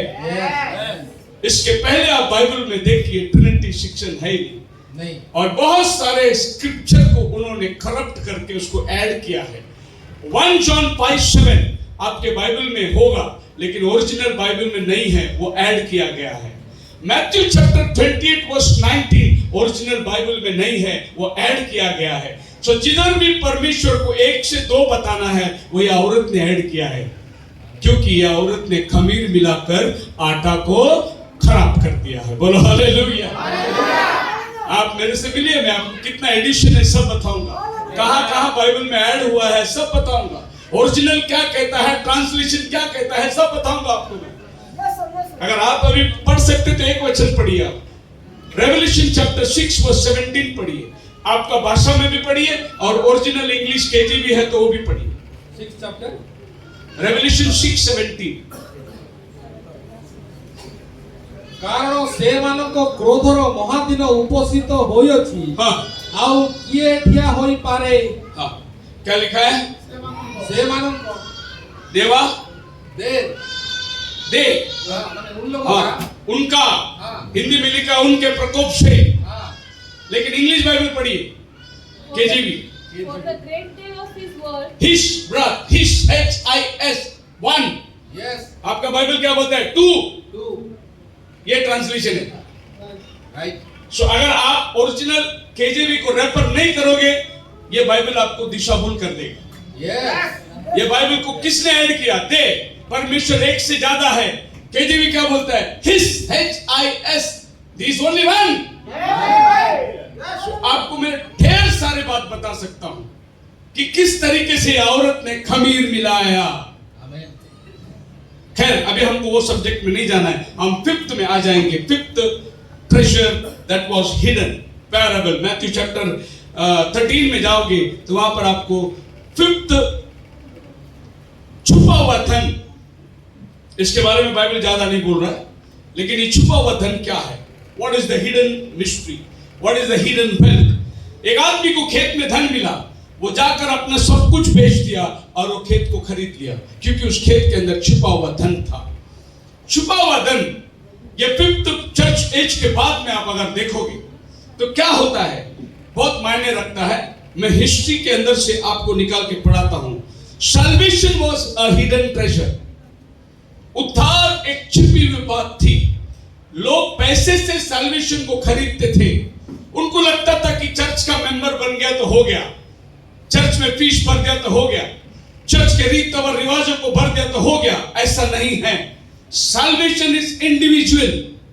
आपके उद्धार के लिए आपको काम करना है। सो ये हिडन ट्रेजर मिल गया कलीसिया को, और ये हिडन ट्रेजर को लाने वाला था मार्टिन लूथर। ये 15th सेंचुरी के अंदर एक बहुत बड़ा रिफॉर्मेशन को लेके आया। ये जाकर सीधे चर्च के दरवाजे में ठोक दिया, बोला कि 95 थीसिस का मुझे जवाब दो, और जो भी जाएगा उस 95 थीसिस को लिखा है। कौन बच्चे को बपतिस्मा दे सकता है, कौन मरे हुओं को स्वर्ग में भेज सकता है, कौन पाप का क्षमा पैसे से दे सकता है, ये होता कौन है करके मार्टिन लूथर ने चर्च के दरवाजे में ठोक दिया 95 थीसिस। क्योंकि लोगों को बाइबल पढ़ने को नहीं मिलता था, सिर्फ क्लर्जी लोग बाइबल पढ़ते थे, उनके लतीन भाषा के अंदर सबको आमीन बोलना पड़ता था।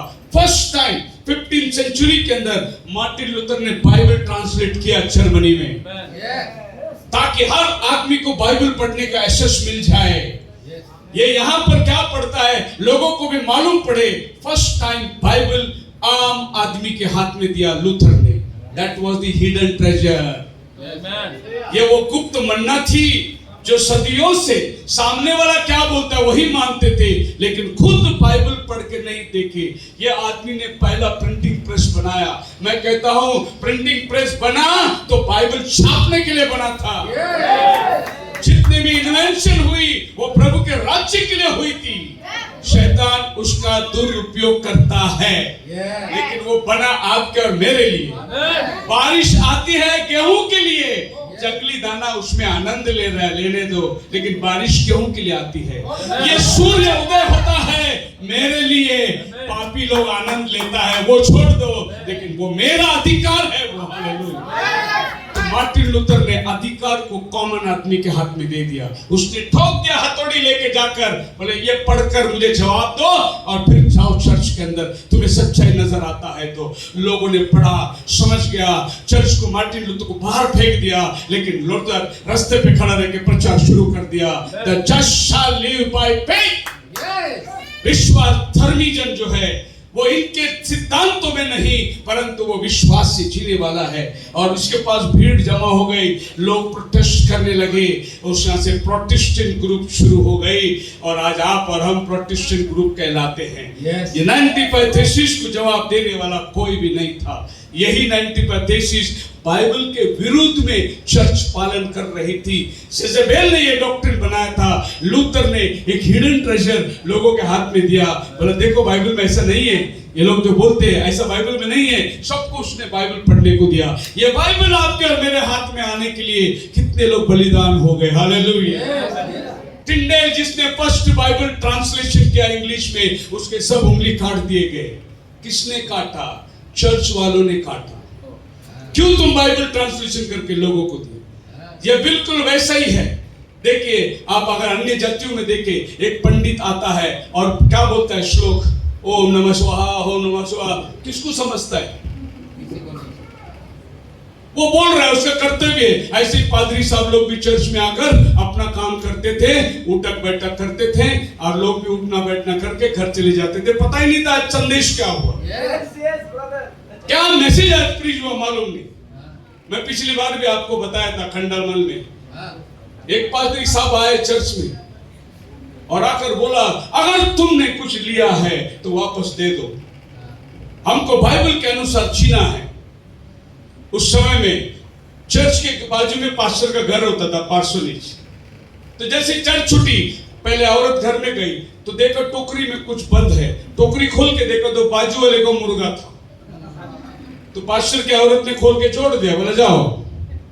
पास्टर ने अभी बोला बाजू वाले का कोई लालच नहीं करने का। पास्टर जी सबको घर में बेच के घर में आया, चाकू निकाला, थोड़ा धार लगाया, टोकरी उठा के देखा मुर्गा है नहीं। उसने वाइफ को पूछा मुर्गा बंद करके रखा था वो किधर है? औरत ने बोला खोल के छोड़ दिया। बोला अरे क्यों खोल के छोड़ा? मैं बंद करके रखा था उसको। औरत ने बोला अभी तो आप प्रीचिंग किए, दूसरे का चीज लेने का नहीं। अरे वो प्रीचिंग तेरे लिए थोड़ी किया, वो चर्च में किया प्रीचिंग, तू क्यों उसको अपनाया? ये आज का चर्च और मेंबर का बीच का ताल्लुकात है। मालूम ही नहीं चर्च में गया क्यों। प्रेज द लॉर्ड ब्रदर, आज आप चर्च को आए, वो मेरा बेटी का शादी है ना, अनाउंसमेंट करने का, इसीलिए चर्च को आया। क्यों चर्च को आता? मीनिंगलेसली थी। लेकिन मार्टिन लूथर ने मीनिंग सिखा दिया। Meaning the just shall live by faith. Hallelujah. आप मेरे साथ हैं? अब प्रचार क्या होता है ये भी लोगों को नहीं समझता है। एक दिन पादरी साहब घर से निकलने के टाइम नौकर को बोला, ये चिकन है, हाफ फ्राई कर देना, हाफ रोस्ट कर देना, नहीं करी बना देना।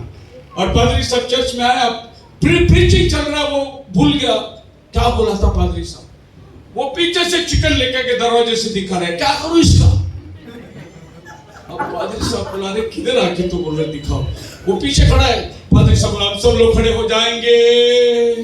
सब लोग खड़े हो गए। हाफ फ्राई, हाफ करी, आमीन। चिकन पकड़ा, उसको समझ में आया, हाफ फ्राई हाफ करी। वो भागा घर में, लेकिन चर्च में बैठा किसको भी समझ नहीं हो क्या बोला। सब लोगों ने आमीन बोल दिया। मार्टिन लूथर ने बोला, ये ऐसा चर्च नहीं होना चाहिए। इसके लिए उसने ठोक दिया उधर। बोला, जो भी ये समझता है वो बाहर निकलो। और फिर वो गाना चालू हो गया, We shall overcome, हम होंगे कामयाब। ये लूथर ने बनाया हुआ गाना है। तुम निकालो बाहर, हम कामयाब होने वाले हैं। हालेलुया। ये वो थुआतीरा का चर्च था, जो चर्च को हिडन ट्रेजर मिल गया। उसने सब कुछ बेच दिया। सब कुछ बेचने का मतलब क्या है? उसने चर्च की मेंबरशिप छोड़ दिया, उसने कैथोलिज्म छोड़ दिया। वो बोला, मुझे कुछ नहीं चाहिए, मैं अभी ये हिडन ट्रेजर को लेके चलने वाला हूँ। प्रभु यीशु मसीह ने पहले बताया, एक टाइम आएगा लोग हिडन ट्रेजर को पाएंगे। 6th विजन के अंदर चले जाएंगे हम लोग। पैराबल क्या लिखा है? 6th verse 13:45, Matthew 13:45। पुनश्च स्वर्ग राज्य उत्तम उत्तम मुक्ता अन्वेषण करुवा जने बणी गोटे बहुमूल्य मुक्ता देखी से जाई अपनार सर्वस्व विक्रय करी सेही मुक्ता को क्रय कला। अब इसको एक बड़ा मोती मिल गया, हीरा। पहला खेत का ट्रेजर मिला। अभी ये पैराबल 2, पैराबल 3, पैराबल साथ बोलता है, ज्यादा मीनिंग नहीं बताता है, लेकिन ये हिडन मोती मिल गया। और इस मोती को पाने के लिए जो कुछ उसका अपना था सब बेच दिया। ये हिडन मोती जो कोई नहीं, परंतु 15th सेंचुरी से लेकर आगे जब चला आता है तो जॉन वेस्ली आता है। जो भी मार्टिन लूथर ने छोड़ा वो जॉन वेस्ली पकड़ा। और जॉन वेस्ली ने बोला, अभी खेती का ट्रेजर ही काफी नहीं, एक और हीरा ले लो, अपने आप को सैंक्टिफाई करो। क्योंकि मार्टिन लूथर प्रीचिंग भी करता था, सिगरेट भी पीता था, सैंक्टिफिकेशन नहीं था, खाली जस्टिफिकेशन था। लेकिन वेस्ली आकर बोला, जस्टिफिकेशन खाली नहीं, अब सैंक्टिफिकेशन भी चाहिए। सब लोग बपतिस्मा लो, अपने अपने पापों से धो के शुद्ध हो जाओ।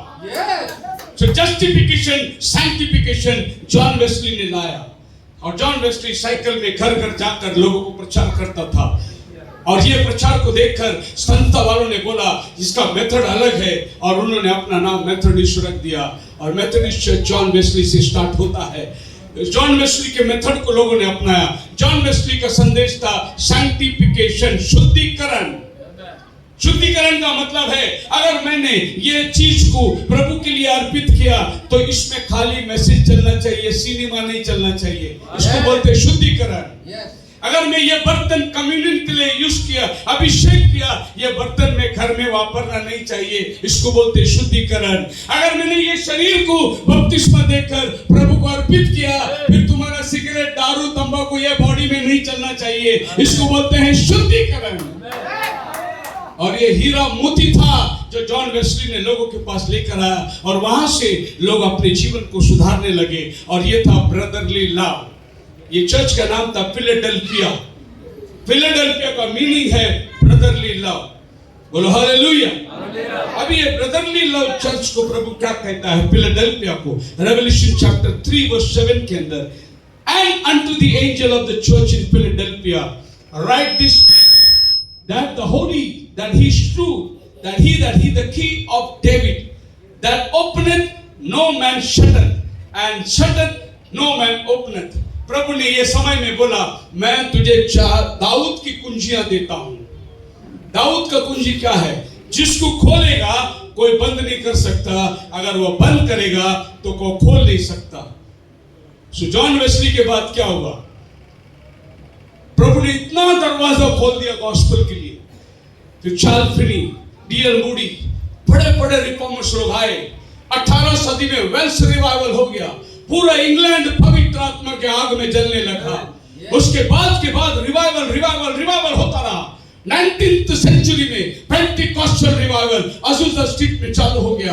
पूरा इंडिया को, दुनिया को आग लगा दिया वो लोगों ने। क्या था ये? मैं तुम्हें दाऊद की चाबी देता हूं, तू जिधर खोलेगा कोई बंद नहीं कर सकेगा, तू बंद करेगा कोई खोल नहीं सकेगा।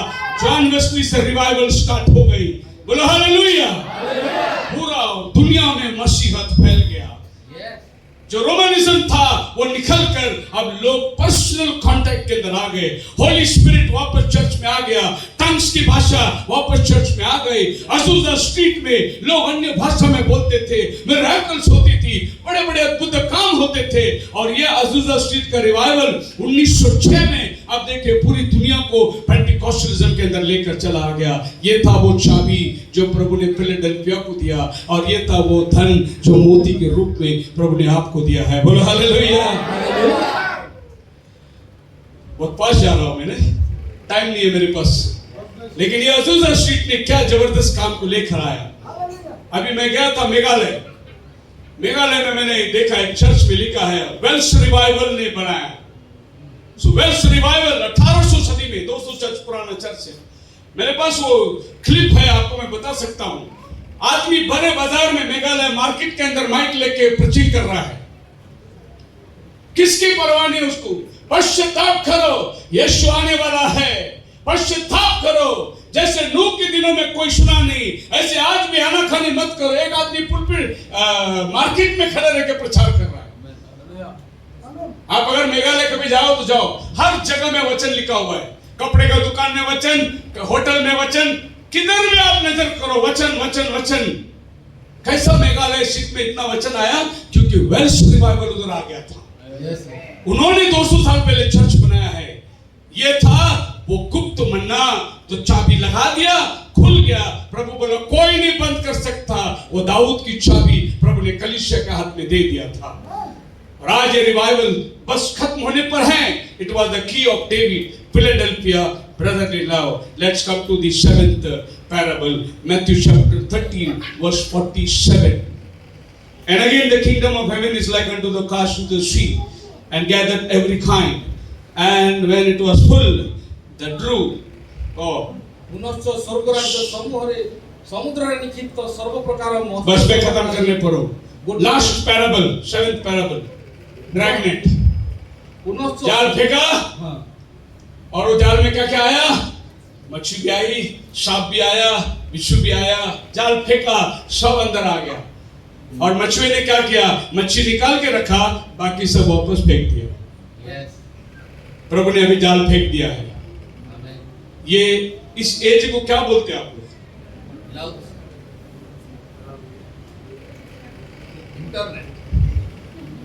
इंटरनेट का जमाना आ गया। हालेलुया। प्रभु ने बोला लास्ट जमाना जो आएगा वो इंटरनेट का जमाना आएगा। अभी सब कुछ है दैट फिंगर टिप। अभी ब्लिंकिट मारो, दूध घर में आ गया। अब जो भी मार दो, इनके आईटी का जमाना, सब घर में आपको बैठे बैठे आपके उंगली के टिप्स में सब कदमों में रख दिया गया। प्रभु ने बोला जाल फेंको, सब आएगा उसमें, पर तुम क्या निकालोगे? जो मच्छी है वो निकालोगे, बाकी की चीज तुम वापस छोड़ दोगे। वो गंदगी को आपको नहीं लेना है। यह है इंटरनेट का जमाना। पूरी पृथ्वी जो है कनेक्टेड है, वेब बना हुआ है। वेब किसको बोलते? मकड़ी जो जाल बनाती थी उसको वेब बोलते थे, लेकिन आज आपके सबके पास वेब है। आप सब मकड़ी के जाल में फंसे हैं। बेटा फेसबुक लेके बैठा है, बेटी इंस्टाग्राम लेके बैठा है, माँ व्हाट्सएप लेके बैठा है, बाप भी कुछ और लेके बैठा हुआ है। सब घर में अपना अपना नेट में फंसे हुए हैं। प्रेम का टाइम खत्म हो गया, फैमिली अल्टर खत्म हो गया, प्रार्थना का टाइम खत्म हो गया। जब हम छोटे थे तो हम लोग को घर में बैठ के सबको वचन बोलना पड़ता था, गाना गाना पड़ता था, तभी माँ खाना डालती थी। अगर प्रेयर नहीं किया तो खाना नहीं मिलता था, बाइबल नहीं पढ़ा खाना नहीं मिलता। ऐसा हमारा घर था। आज बाप और बेटा कई महीने बात भी नहीं करते। वो नाइट शिफ्ट में कॉल सेंटर में जाता है, बाप जाने के टाइम बेटा सोया रहता है, बेटा आने के टाइम बाप सोया रहता है। हम लोग सब अपने अपनी दुनिया के जाल और जंजाल में फंस गए हैं। अभी ये जो इंटरनेट है, ये हमारे हाथ में एक माउस है, इसको क्या बोलते हैं? माउस। इसको क्या बोलते हैं? विंडो। ये लैंग्वेज को देखो। विंडो का मतलब क्या है? खिड़की का बाहर देखकर जो जो चीज देखना है।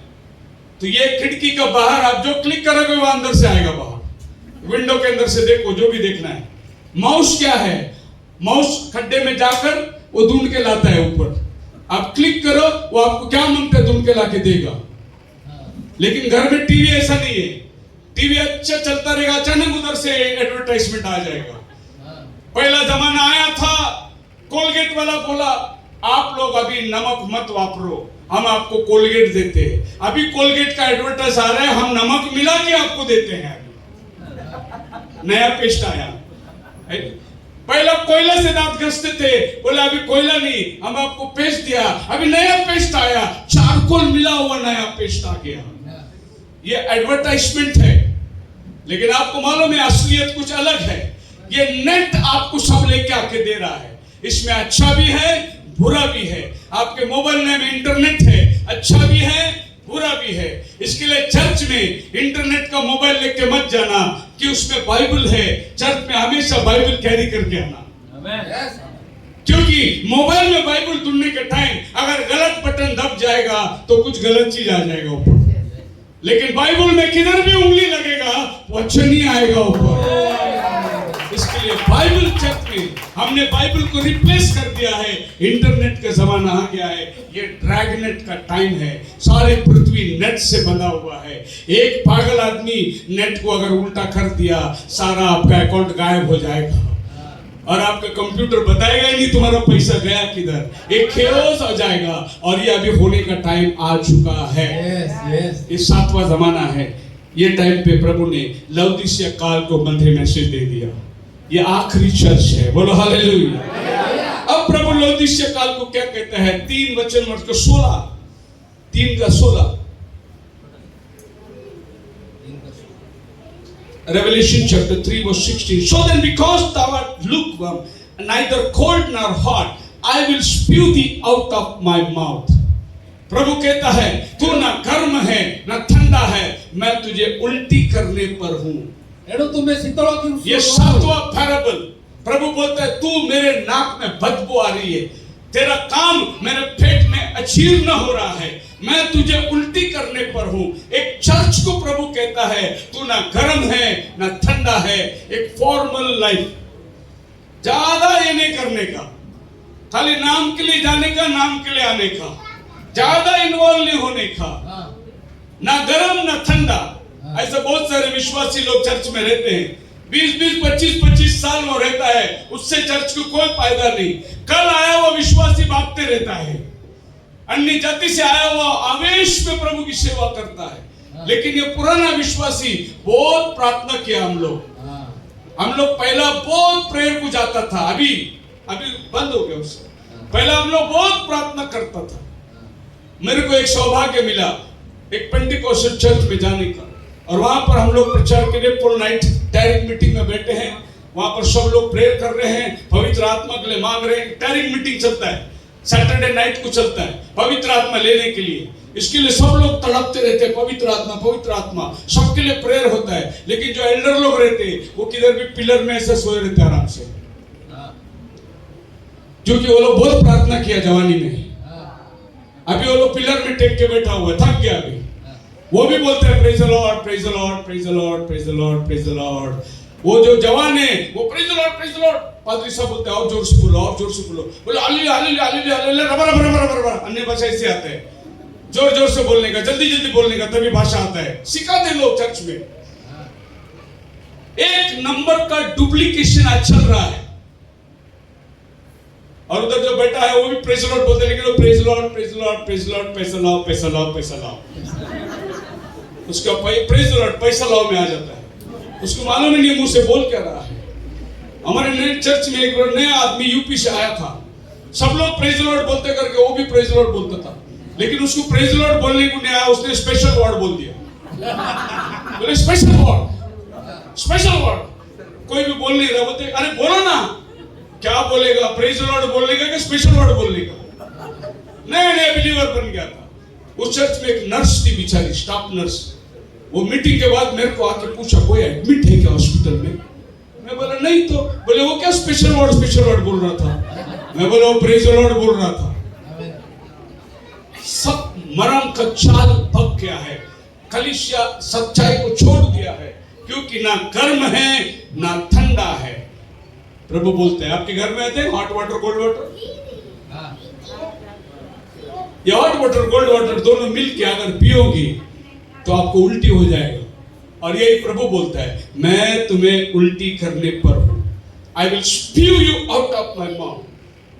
अभी मेरे पास वक्त नहीं, लेकिन लौदीसिया कलीसिया को आप देखोगे तो लौदीसिया घर एक इस बात के लिए फेमस था, उधर लेकोपियस करके एक नदी आती थी, हेरोपोलिस करके एक नदी आती थी। एक में गर्म पानी आता था, एक में ठंडा पानी आता था। ये दोनों आके लौदीकिया में मिलते थे। वो पानी में बहुत लोग नहाने को आते थे, क्योंकि वो पानी से बीमारी अच्छी होती थी। इसके लिए लौदीसिया फेमस था। लेकिन लौदीसिया को प्रभु बोलता है, तू जो गर्म नहीं ठंडा नहीं, इसके लिए तू घमंड करता है, लेकिन मैं तेरे को उल्टी कर दूंगा, क्योंकि तू मेरे पेट में हजम ही नहीं हो रहा है। तेरे काम मेरे पेट में हजम नहीं हो रहा है। हर चीज को ऐसी प्रभु बोला। और लौदीसिया चर्च को प्रभु बोलता है, तू आंखों में लगाने के लिए सुरमा मुझसे ले ले। क्यों प्रभु लौदीसिया को बोलता है सुरमा ले? क्योंकि लौदीसिया नंबर 1 आई हॉस्पिटल था, और लौदीसिया जो सुरमा बनाना था वो पूरे वर्ल्ड में फेमस था। इसलिए लौदीसिया घमंड करती थी, हमारा सुरमा सारा दुनिया में फेमस है। प्रभु बोलते तेरे को वचन नहीं दिख रहा है, मेरे से पवित्र आत्मा का सुरमा ले, ताकि तू वचन भाव से देख सके। आज कलीसिया किसी और बात पर घमंड कर रहा है, लेकिन प्रभु के पेट में वो दर्द हो रहा है। इसके लिए प्रभु की मर्जी को जानना बहुत जरूरी है। 7वां पैराबल के अंदर प्रभु कलीसिया को फेंकने की तैयारी में है, और अभी वो टाइम आ गया है। अगर कलीसिया रिपेंट नहीं करेगी तो प्रभु उल्टी कर देगा। लेकिन ऐ चुने हुए लोगों, अगर प्रभु ने आपको बुलाया है, आप बाहर निकलो। मेरे लोगों, उसमें से बाहर निकल कर आओ, क्योंकि प्रभु का आना बहुत निकट है। और ये लास्ट स्टेप होगा, the rapture will close the church age। कलीसिया उठा ली जाएगी, चर्च एज खत्म होगा। सो अभी चर्च एज चल रहा है। लौदीसिया काल तक का संदेश मैंने आपको दिया। अगला रैप्चर है। जिस दिन रैप्चर होगा उस दिन चर्च खत्म होगी। सो 1906 से लौदीसिया चर्च स्टार्ट होता है। कब तक? रैप्चर तक। जिस दिन कलीसिया जाएगी, कलीसिया काल खत्म और यहूदियों का 7वां हफ्ता शुरू हो जाता है। मसीह में मेरे प्रिय लोगों, तैयार हो जाओ, प्रभु आने वाला है। अगर प्रभु ने और मौका दिया उड़ीसा आने के लिए तो हम आएंगे, और इसके आगे की बात आपके साथ में फिर से प्रचार करेंगे। प्रभु आप सबको बड़ी आशीष दे। धन्यवाद भाई।